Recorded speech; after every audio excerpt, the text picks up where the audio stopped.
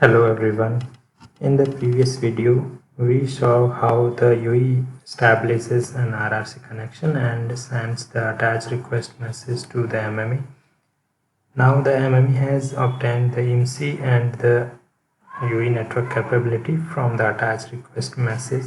In this video, we will continue the LTE attach processor and understand two important steps: authentication between the UE and the network, and second is NAS security setup.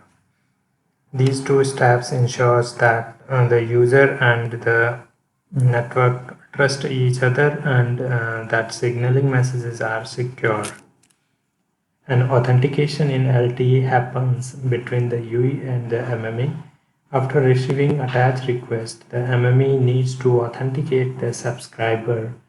To do this, MME sends authentication information request message to HSS over the 6A interface using diameter protocol. The MME includes IMSI of the subscriber and serving network ID. When the HSS receives the request, it generates authentication vector using subscriber's secret key stored in the database.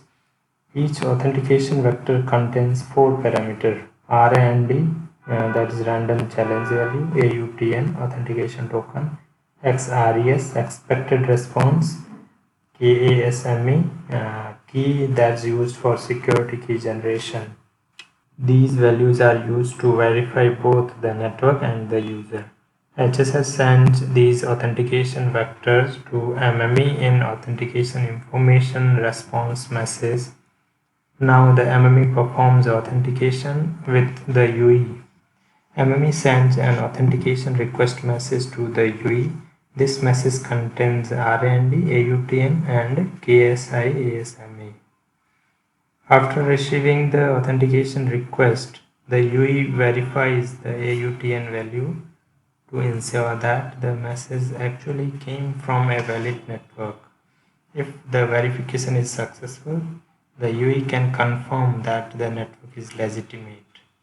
Then the UE generates its own response value called RES. UE sends authentication response message containing this RES value back to the MME. The MME compares this RES value with the XRES value it received from the HSS. If both values match, the network confirms that the subscriber is genuine. At this point, mutual authentication between the UE and the network is successfully completed. After authentication, the next step is to secure the NAS signaling messages between the UE and the MME. That is NAS security setup. MME first select the security algorithms that will be used for the encryption and integrity protection.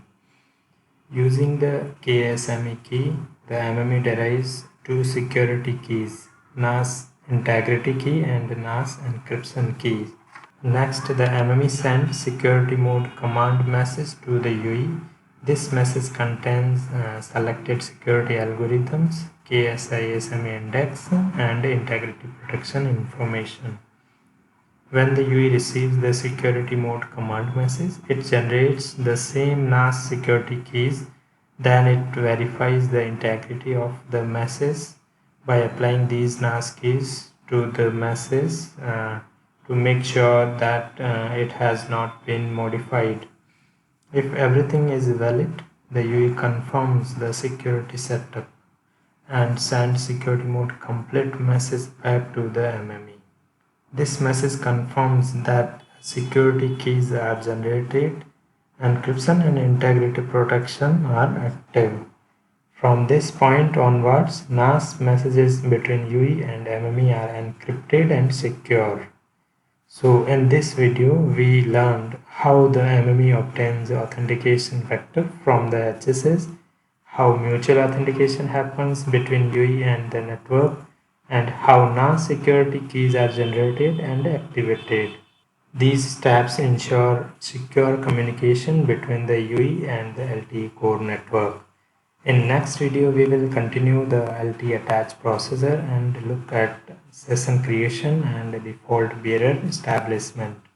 If you found this video helpful, please like the video and subscribe the channel for more LTE and 5G core concepts. Thank you for watching.